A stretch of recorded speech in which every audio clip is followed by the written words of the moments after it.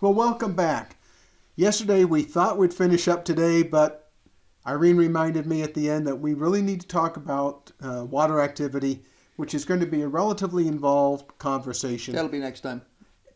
It won't be today for sure. No. We have a series of questions that we've been asked that we're going to go ahead and discuss today. I'm not going to call out who specifically asked them. They're from a variety of people and a variety of topics, most of them dealing with canning. Some of them are rogue or pirate canning related questions. Right. Rogue canning is when somebody goes off schedule. Right. And there's certain things that I could, if I had unlimited quantities of butter, would I can butter? Yeah, I would. I would if I didn't have a freezer that would handle the quantity. That's because if you make ghee, for instance, which is you're removing all the milk solids from the butter, you're just doing the oil. No, you're just dealing with fat. That's the same as lard or any other. Right. But there are things that they really, really warn you about. And the big things are adding thickeners. Like, people want to can, you got cherries. You got a bazillion cherries. They're awesome. You pit them.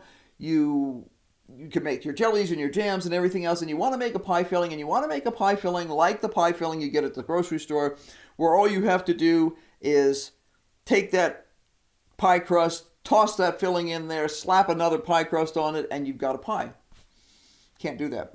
How do the professional canners get away with having those thickeners added in? They have special equipment. They have special equipment, they have special challenges that they go through, and they get their process approved through the FDA. Right, and some of the canning equipment is really cool geek stuff, you know. I mean, I studied all that junk, and it's kind of monumental when you look at it, but it's totally beyond the home canner. Totally. Yeah. Keep in mind the procedures and the processes that are approved for home canning were developed so that it was safe for everybody to can at home. Not just people with specialty equipment or specialty ingredients. One of the specialty ingredients that they can use, and it is actually approved for home canning, is a modified food starch, which is why you see it so much as an ingredient. That will thicken things. But it is a GMO product, and you can buy it. I don't remember any, names for it and stuff like that, but you can buy legitimate modified food starch that is considered to be safe for home canning. Tapioca flour, regular flour, potato flour, rice flour, any of those things are not considered to be safe for home canning. They're not safe because when those starch molecules start clumping together, which they do when they get hot, first they surround the outside of the jar or the can. If you're actually a home canner who has cans, because you can. If you have either one, you start creating a layer of congealed starch around the outside of the can. That then impedes the flow of heat into the material inside the can. Remember, time and temperature are important in getting your food to be safe when you can it. Well, if you put insulation around the can, which is basically what you're doing with those normal thickening agents, you're not going to be safe. And the big concern is things like, okay, say you didn't get a whole bunch around the outside, but you've got one glomp somewhere in the middle. That one glomp could be just a huge breeding ground. I mean, it could be like a petri dish from a science fair, you know? I mean, it could be terrible in terms of growing all kinds of gunk in there.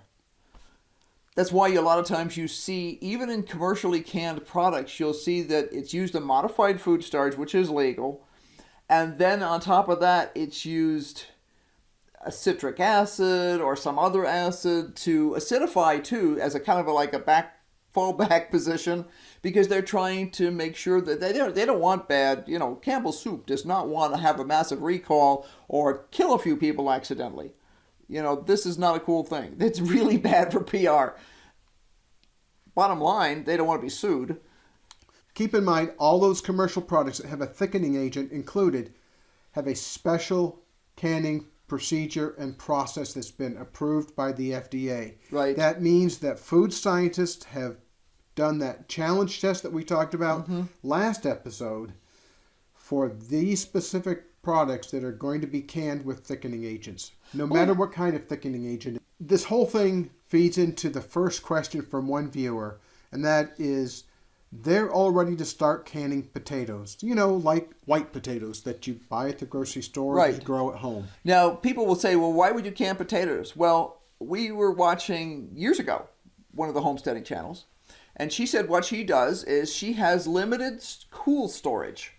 Just like us. Just like we have a real problem here with cool storage. We really don't have good cool storage. Wintertime, it's great. Summertime, it's not. So we have trouble keeping things like potatoes, for instance. And you don't want to stick them in the fridge. That's not good for them either. Our fridge is kept cold, so that's a little too cold. We don't have the problem with dehydration in our fridge because we're not a frost-free fridge, which is another problem most people have in a regular environment. But this homesteader was saying what she does is she buys big bags of potatoes. 50-pound sacks of potatoes. Right. She keeps them in cool storage and she monitors them weekly. And every week she goes through the trays of potatoes and any of them that are starting to dehydrate or spoil or anything else like that.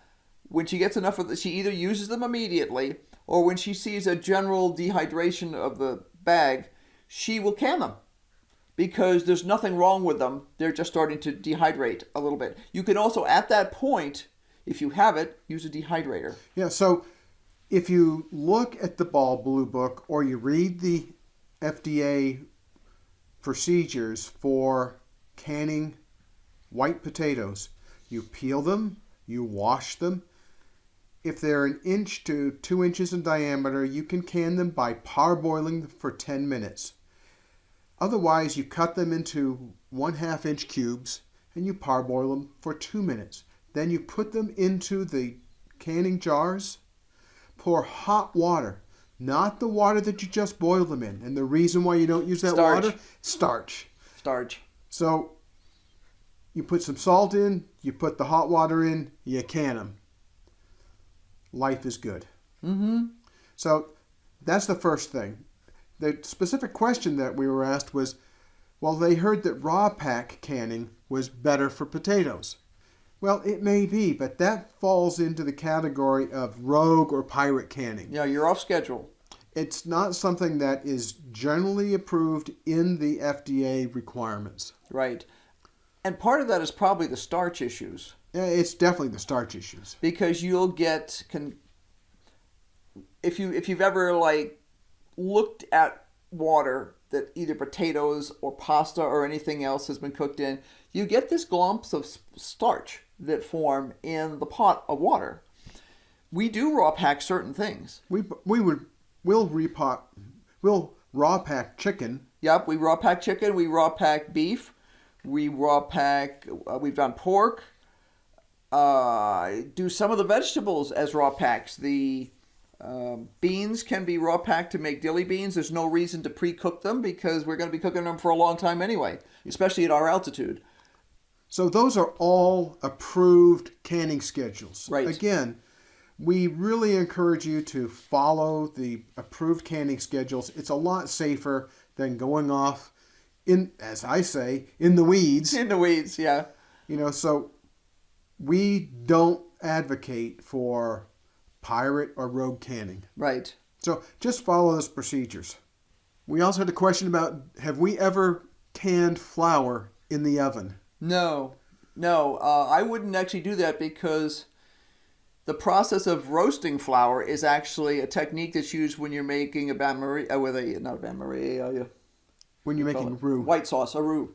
Right. You actually cook the flour. It changes the flavor. It gets rid of the floury taste.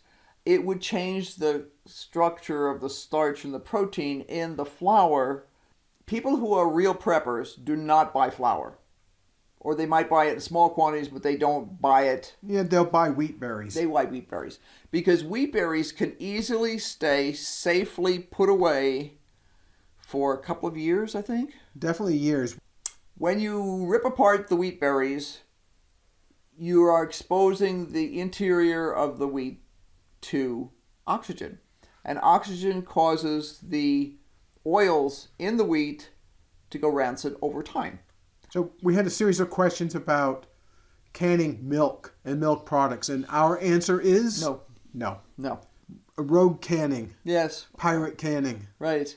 Yeah, people will say, oh, well, and they'll say it's rogue cannings. The problem is, and this is the hard part when you're starting, when we were lucky enough, and we both knew better too because we were aware of the Ball Blue Book and that sort of stuff, but we were lucky enough when we started to hit a couple of homesteaders who would say, now, what you need to do is you need to look up the altitude you're at and everything else, and here's the website that you go to that has all the information for free, or use the Ball Blue Book. Now, when Irene says we followed some homesteaders a long time ago, it actually wasn't on YouTube. We were talking about a much more primitive media. Books, yes, books. The people are like, well, I just do it this way. And many of them will not admit it's off schedule. They won't tell you that. That's the hard stuff for beginners. Because if you go to a Ball Blue Book and it doesn't have an entry for that, or it says, nah, you can't do this, or if you go to the FDA site or something like that, there's the recommendations for home canning. If you Google recommendations for home canning and go to a governmental site, don't go to Joe Blow's, website. They'll have all the details in there, and they'll you might look up, pumpkin slurry because you've grown a ton of pumpkins and you want to can pumpkin just like that canned pumpkin goo that you get in the grocery store. You can't do it. But you can chunks. Yeah. You can can chunks of sweet potatoes. You can can chunks of various kinds of squash, Right. including pumpkin. But Freezing again, is easy. That's never a problem. follow the schedule. Yes, just follow the schedule.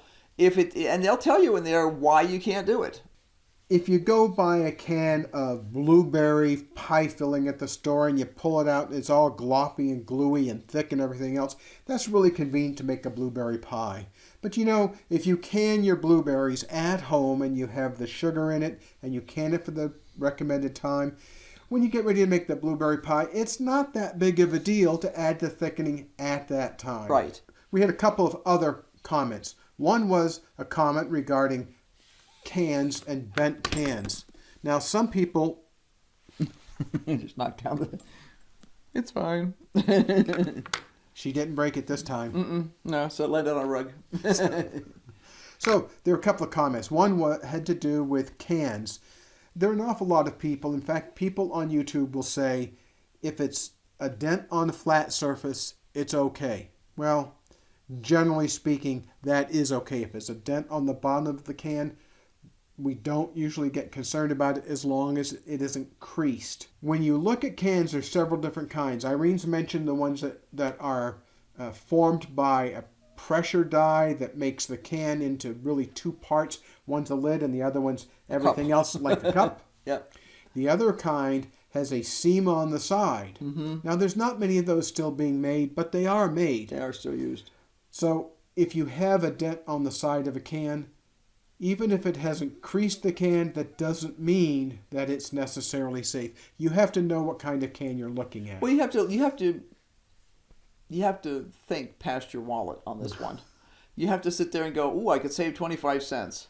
But the crease is right near where that seam is. Do I want to risk it? It's any seam. Number one is looking at the can itself. The second thing is another person commented that their procedure was to make sure that the can did not have a fold back on itself. So, in other words, you didn't have a sharp crease in a can.